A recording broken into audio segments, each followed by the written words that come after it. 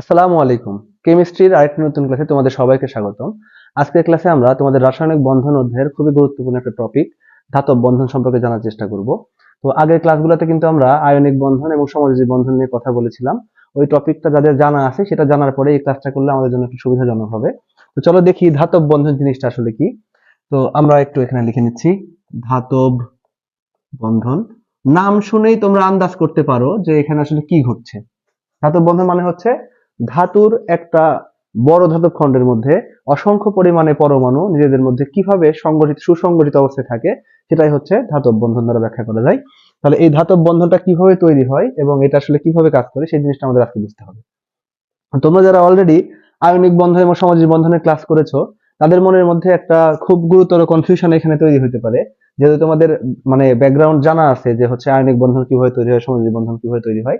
ওই ক্ষেত্রে আমরা দেখতাম যে একটা ক্যাটায়ন এবং একটা অ্যানায়নের মধ্যে যে বন্ধনটা তৈরি হয় সেটাকে আমরা আয়নিক বন্ধন বলে থাকি। আবার দুইটা পরমাণু যখন পরস্পরের সাথে ইলেকট্রন শেয়ারের মাধ্যমে অষ্টক বা দ্বিত্ব পূর্ণ করে, অর্থাৎ হচ্ছে স্থিতিশীলতা অর্জন করে, তখন তাদের মধ্যে এক ধরনের বন্ধন তৈরি হয় যেটাকে আমরা সমযোজী বন্ধন বলতাম। কিন্তু এখন এইখানে কথা হচ্ছে একটা ধাতব পরমাণু আমরা চিন্তা করি। ধরো এরকম একটা একটা ধাতব খণ্ড আমরা চিন্তা করলাম, একটা লোহার রড বা তার যদি আমরা চিন্তা করি, কপারের তার। তাহলে এরকম একটা কপারের তার মনে করো তোমার কাছে আছে, একটু আমি এটাকে জুম করে বড় করে দেখাচ্ছি। তাহলে এই কপারের তারের মধ্যে কিভাবে বন্ধন থাকতে পারে? কারণ আমরা জানি ধাতব পরমাণু সমূহ কি করে, ধাতব পরমাণু সমূহ কিন্তু ইলেকট্রন দানের মাধ্যমে কিন্তু বন্ধন তৈরি করে। তাহলে যে কোনো ধাতু, কপার হোক সেটা বা লোহা হোক, তামা, জিঙ্ক, দস্তা, এই ধরনের, মানে জিঙ্ক আর দস্তা আসলে একই জিনিস, এই ধরনের যে কোনো ধাতব পরমাণু কিন্তু ইলেকট্রন দান করে। তাহলে আমরা যদি এটাকে কপার পরমাণু বা তামা পরমাণু চিন্তা করি বা তামার একটা দণ্ড চিন্তা করি, তাহলে এর মধ্যে কিন্তু অসংখ্য পরিমাণে ইলেকট্রন আছে যেগুলো কিন্তু এই কপার দণ্ডটা দান করার চেষ্টা করবে। তাহলে এর মধ্যে ধরো কপারের নরমালি যে আয়ন তৈরি হয় সেটা হচ্ছে কপার 2+, এরকম আয়ন তৈরি করতে পারে কপার ধাতুটা। তাহলে এই যে কপার 2+ আয়ন তৈরি করে, কিভাবে করে এটা?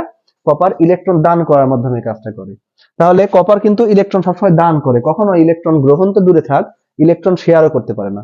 কোন ধাতব পরমাণুই ইলেকট্রন শেয়ার পর্যন্ত করতে পারে না, দান করা গ্রহণ করা তো অনেক দূরের ব্যাপার।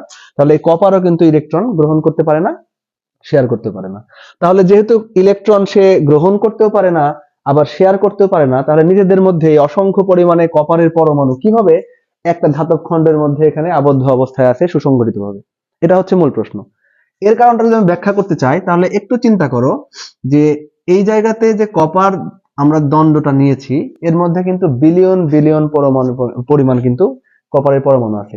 তো সেই বিলিয়ন বিলিয়ন যে পরিমাণ যে পরমাণুগুলা তোমার কাছে আছে, এর মধ্যে কিন্তু বিলিয়ন পরিমাণে আমি যদি দেখাই, তাহলে এখানে একটা কপার পরমাণু মনে করো, আমি জাস্ট বোঝানোর জন্য কয়েকটা দেখাচ্ছি। এরকম মনে করো তোমার কাছে আছে, এরকম আছে, জাস্ট কয়েকটা দেখাই। এখানে আমি ধরে নিচ্ছি এরকম 8টা পরমাণু দিয়ে এই যে আমাদের কপারের যে রডটা তৈরি হয়েছে এখানে সেটা তৈরি করা। তার মানে এর মধ্যে 8টা কপারের পরমাণু আছে। তাহলে 8টা কপার পরমাণু কিন্তু ইলেকট্রন দান করার প্রবণতা দেখাবে। তাহলে এই কপার পরমাণু কি করবে? দুইটা ইলেকট্রন ছেড়ে দিবে। এই কপার পরমাণু দুইটা ইলেকট্রন ছেড়ে দিবে। প্রত্যেকটা কপার পরমাণু এভাবে দুইটা করে ইলেকট্রন ছেড়ে দেবে স্বাভাবিক অবস্থায়। সবাই ইলেকট্রন ছেড়ে দিচ্ছে, এখানে কিন্তু গ্রহণ করার মতো কেউ নাই। যদি গ্রহণ করার মতো কেউ থাকতো তাহলে কি হতো, যে এই যে এই কপার দান করলো, আরেকটা কেউ এসে এখানে গ্রহণ করে এখানে একটা শক্তিশালী বন্ধন তৈরি করতে পারতো। অথবা যদি এরকম হতো যে কপার পরমাণু ইলেকট্রন শেয়ার করতে পারে, তাহলে পরস্পরের মধ্যে ইলেকট্রন শেয়ারিং এর মাধ্যমে একটা বন্ধন তৈরি করতে পারতো। কিন্তু এখানে কিন্তু প্রত্যেকে ইলেকট্রন দান করছে। তাহলে প্রত্যেকে যদি ইলেকট্রন দান করে, তাহলে সেই ইলেকট্রনটা গ্রহণ করছে কে? আর এখানে এই যে এদের মধ্যে বন্ধনটা তৈরি বা হচ্ছে কিভাবে? এই ব্যাপারটা খুব ভালো মতো বোঝার জন্য আমাদের একটু এটার গঠন সম্পর্কে বুঝতে হবে। যে ধাতব পরমাণু যারা থাকে তাদের কিন্তু যোজন ব্যান্ড এবং পরিবহন ব্যান্ডের মাঝখানে গ্যাপ নাই বললেই চলে। বিষয়গুলো এরকম, ধরো আমরা একটা ধাতব পরমাণু চিন্তা করলাম, সোডিয়াম যদি আমরা কনসিডার করি, তাহলে সোডিয়ামের এটা হচ্ছে 2 নম্বর শক্তি স্তর। 3 নম্বর শক্তি স্তরে কিন্তু একটা ইলেকট্রন থাকে। এই যে 3 নম্বর শক্তি স্তর, যেহেতু সর্বশেষ শক্তি স্তর হচ্ছে 3 নাম্বার, এটাকে বলা হয় হচ্ছে যোজন ব্যান্ড। এটাকে বলা হয় যোজন ব্যান্ড। তাহলে এই পরমাণু সর্ববহিস্থ শক্তি স্তরের যে ইলেকট্রন গুলো থাকে, ওই শক্তি স্তরটাকে বলা হয় হচ্ছে যোজন ব্যান্ড। এখন এই ধাতব পরমাণুর ক্ষেত্রে এই যোজন ব্যান্ডের একদম সাথে ওভারল্যাপিং অবস্থায় থাকে হচ্ছে পরিবহন ব্যান্ড। এই জিনিসটা আমাদের মাথায় রাখতে হবে, একদম ওভারল্যাপিং অবস্থায়, মানে একটা সাথে একটা লাগালাগি অবস্থায় থাকে। এবং যদি আমরা অধাতু পরমাণু দেখি, যেমন ধরো অক্সিজেন যদি আমরা চিন্তা করি, অক্সিজেন পরমাণুটা দেখতে এরকম। এরকম। এটা হচ্ছে যেহেতু সর্বশেষ শক্তি স্তর 2 নাম্বার অক্সিজেনের ক্ষেত্রে, তাহলে এর এই 2 নাম্বার শক্তি স্তরটা হচ্ছে আমাদের যোজন ব্যান্ড। এখানে যোজন ব্যান্ড। এখন এর বাইরেও কিন্তু পরিবহন ব্যান্ড আছে, কিন্তু পরিবহন ব্যান্ডটা অনেক দূরে অবস্থান করে। যোজন ব্যান্ড থেকে পরিবহন ব্যান্ডের মাঝখানে কিন্তু গ্যাপটা বেশি। তো এখন যেহেতু এই সোডিয়ামের ক্ষেত্রে বা যে কোনো ধাতব পরমাণুর ক্ষেত্রে, এমনকি কপারের ক্ষেত্রেও পরিবহন ব্যান্ড এবং যোজন ব্যান্ড খুবই কাছাকাছি অবস্থান করে, এই কারণে অল্প একটু ভোল্টেজ পেলেই বা অনেক সময় একদম মিনিমাম ভোল্টেজ 1 ভোল্ট এরকম মিনিমাম ভোল্টেজ পেলেও কিন্তু ইলেকট্রন পরিবহন ব্যান্ড থেকে যোজন ব্যান্ড থেকে পরিবহন ব্যান্ডে ট্রান্সফার হতে পারে। তখন সেই ইলেকট্রনগুলো কি হয়, মুক্তভাবে চলাচল করতে পারে। তো এই যে সকল পদার্থ খুব ভালো পরিবাহী, যেমন কপার, আয়রন, জিঙ্ক, তারপর গোল্ড, এই ধরনের পদার্থ যেগুলো আছে, এদের ক্ষেত্রে পরিবহন ব্যান্ড আর যোজন ব্যান্ড ওভারল্যাপিং অবস্থায় থাকার কারণে এদের ইলেকট্রনগুলো সবসময় কিন্তু মুক্ত ইলেকট্রনের মতো আচরণ করে। এই পরিবহন ব্যান্ডের ইলেকট্রনগুলো কিন্তু মুক্তভাবে সব জায়গায় চলাফেরা করতে পারে, যে কোনো জায়গায় চলাফেরা করতে পারে। তাহলে এইখানে যে আমরা ধরে নিয়েছিলাম যে 8টা পরমাণু আছে কপারের, এই 8টা পরমাণু কিন্তু প্রত্যেকে দুইটা দুইটা করে ইলেকট্রন দান করতেছে। কিভাবে আসলে মূলত করে, এই দুটো ইলেকট্রন মূলত ওখানে এই মুক্ত ইলেকট্রনের কাজ করে। এই দুইটা করে ইলেকট্রন যেদের আছে, এগুলা মুক্ত ইলেকট্রনের রোল প্লে করে ওই জায়গাতে। এদের হচ্ছে এই যোজন ব্যান্ড থেকে ইলেকট্রন গুলো পরিবহন ব্যান্ডে ট্রান্সফার হয়, হয়ে মুক্ত ইলেকট্রন হয়ে পুরো ধাতব খণ্ডের মধ্যে কিন্তু এই ইলেকট্রন গুলো ঘোরাফেরা করে।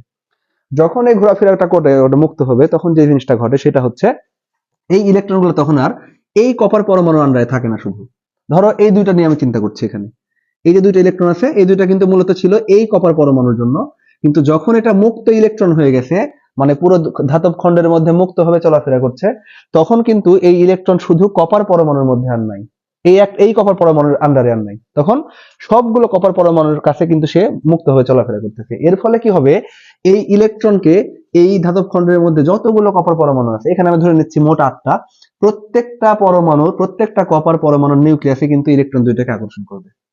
একইভাবে এই দুইটার ক্ষেত্রেও তাই, প্রত্যেকটা যে জোড়া ইলেকট্রন এখানে দেখা যাচ্ছে মুক্তভাবে চলাফেরা করতেছে, আসলে এই যে মুক্তভাবে চলাফেরা করা ইলেকট্রন গুলা, এই ইলেকট্রন গুলাকে প্রত্যেকটা কপার পরমাণুর নিউক্লিয়াসে আকর্ষণ করবে। এর ফলে কি হবে, যেহেতু প্রত্যেকটা ইলেকট্রনকে প্রত্যেকটা নিউক্লিয়াস আকর্ষণ করতেছে, এর ফলে এইখান থেকে এই যে ধাতব কণাটা আছে, এখান থেকে কোনো পরমাণু বা ইলেকট্রন কেউ বের হয়ে যেতে পারবে না। মানে একে অপরকে ধরে রাখার মতো একটা অবস্থা। মানে বিষয়টা অনেকটা দেখতে এরকম, ধরো তুমি যদি দুইটা লাঠিকে এভাবে পাশাপাশি এভাবে রেখে হেলান দিয়ে রাখো, এটা কিন্তু সহজে থাকে না। এটা কিন্তু খুব সহজে কিন্তু দেখবা একটু বাতাস হলেই বা এমনিতে অনেক সময় নর্মালি থাকে না, পড়ে যায়। কিন্তু যদি তুমি এখানে 3 নম্বর একটা লাঠি নিয়ে সেভাবে দাও, তখন সেই ক্ষেত্রে কি হয়, যে তিনটা লাঠি কিন্তু পরস্পরকে ধরে রাখতে পারে, মানে একে অপরকে ধরে রাখছে। বিষয়টা এরকম।